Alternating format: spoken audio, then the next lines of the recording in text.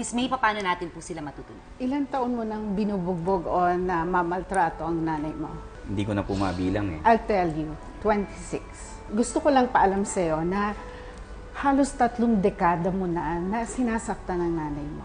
Ako, ang intention ko sa'yo, ayokong isang araw, magising ka na lang na wala na nanay mo. Sabi din ng nanay mo, kayong dalawa na lang. At ang sabi pa niya, kahit anong mangyari, hindi ka niya iiwan. So gusto kong damdamin mo. Kasi masakit yung nangyayari. Ano intention mo? Gusto ko na po magkasundo na po kami ngayon. Naghihintay lang siya. Ang naririnig ko pa sa nanay mo, pinagtatanggol ka pa nga niya eh. Gusto ko intindihin mo na merong bata na nandyan sa puso mo ngayon, na hindi nagpapatawad pa.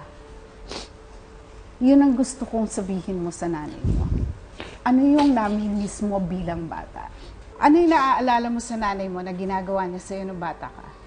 Yung kahit anong klaseng kasalanan ko, nagkamali ako sa mga labas, na malaki na rin ako, talagang kinakampihan niya ako lahat. Nandyan pa rin po siya. Kahit nung bata ka pa? Opo, yun po. Nayakap ka ba niya nung bata ka?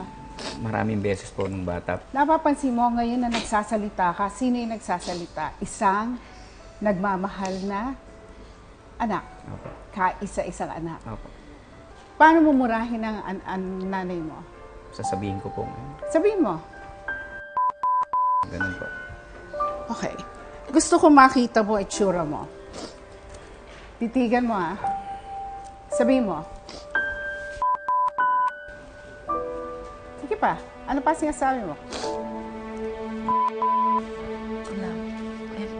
Ano pa? Yun na po. Ang nanay mo. At sabi mo walang kwenta siya. So, yun po. Mami, tingnan niyo siya. At sabihin niyo kung ano gusto niyo sabihin sa anak niyo. Sana po magbago na siya. Huwag na niya ako murahin. Yun lang. Nay, may sinasabi si Arturo. Namimiss niya kayo bilang ina. Pero Okay? sa tingin ko naman po sa anak ko, mahal na mahal ako. Kaya yun naman noon. Tayo tayo. Tayo tayo, Nay.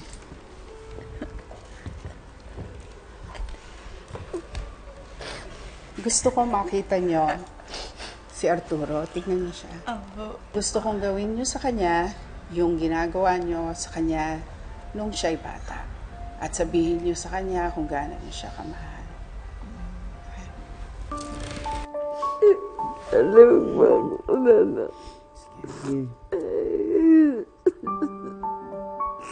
Nagpapasalamat ako dito sa line na sabi ko lahat yung gusto kong masabi.